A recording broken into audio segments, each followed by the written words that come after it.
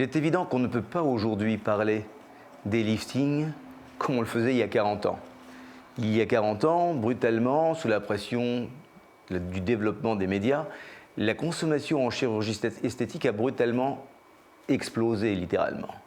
Et il a fallu répondre à la demande au travers de méthodes qui étaient pour l'essentiel issues de la chirurgie réparatrice, c'est-à-dire de la chirurgie des malformations, de la chirurgie des gueules cassées, mais qui fondamentalement n'étaient pas adaptées à la réalisation de gestes purement esthétiques.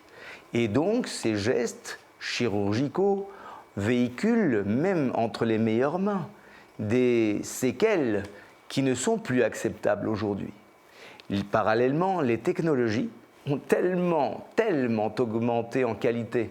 En 40 ans, les chercheurs ont tellement travaillé pour mettre au point des méthodes remarquables qui aujourd'hui nous donnent des satisfactions nettement supérieures à ce que l'on obtient avec ces vieilles méthodes, qu'il convient de réapprendre à penser la façon d'aborder un lifting, que ce soit un lifting du visage ou que ce soit un lifting des bras ou des cuisses, peu importe.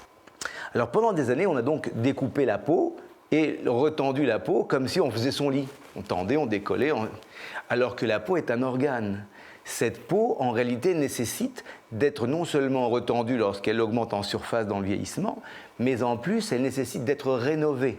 Les technologies nouvelles permettent, sans aucune interruption de travail, sans aucune indisponibilité sociale, et j'allais presque dire sans douleur, permettent d'avoir un rajeunissement qui non seulement supprime l'aspect affaissé et fatigué du visage en supprimant l'excédent cutané, mais en plus, elles permettent, ces techniques, d'avoir une rénovation de la peau et donc le résultat rajeunit réellement et pérenne puisque la peau elle-même a été rajeunie dans sa texture et dans son fonctionnement.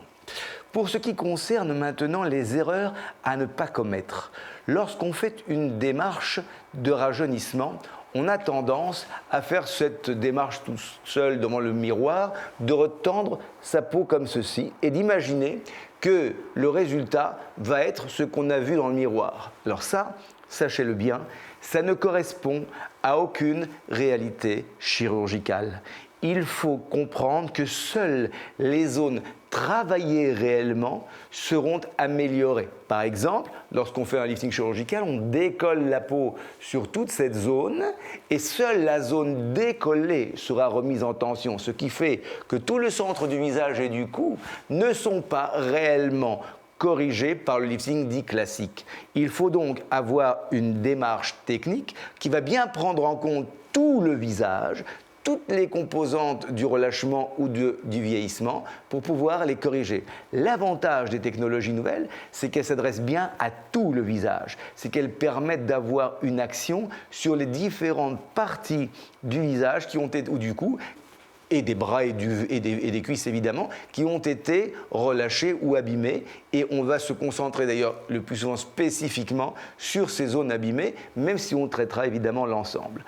Tout ceci pour dire que lorsqu'on réfléchit une démarche esthétique, il ne faut plus réfléchir de cette façon totalement absurde qui consiste à dire « je veux une démarche radicale, moi, je n'ai pas de temps à perdre, faites-moi un lifting ». Écoutez bien, il y a 40 ou 50 ans, là aussi, il y a eu d'autres sujets de la médecine qui ont été concernés par ce problème. Par exemple, il y a une cinquantaine d'années, on opérait les ulcères d'estomac. Et puis un jour, on a inventé un médicament qui servait à traiter les ulcères d'estomac et il ne viendrait plus à l'esprit de personne de dire « Eh ben moi, je veux un truc radical, opérez-moi de l'estomac. » Vous avez un ulcère d'estomac, vous prenez un traitement et ça va guérir.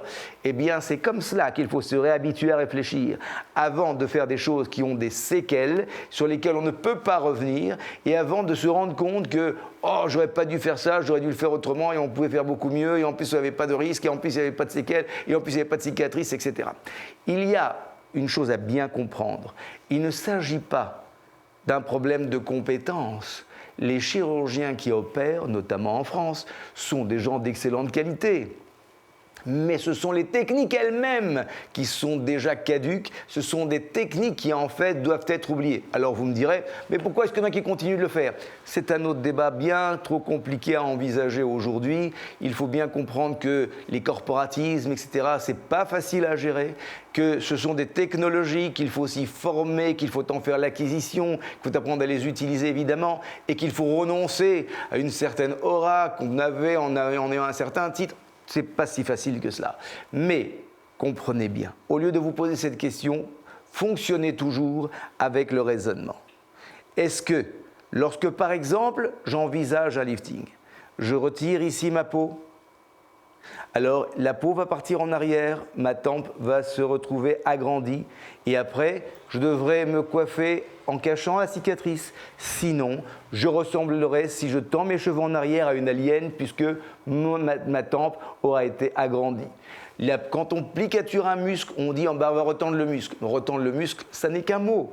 Qu'est-ce que ça cache en réalité? Lorsqu'on retend le muscle, en fait, on le suture sur lui-même.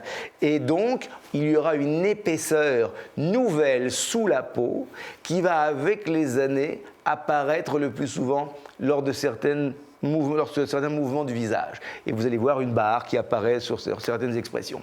Ceci n'est pas beau, ceci est d'un autre temps.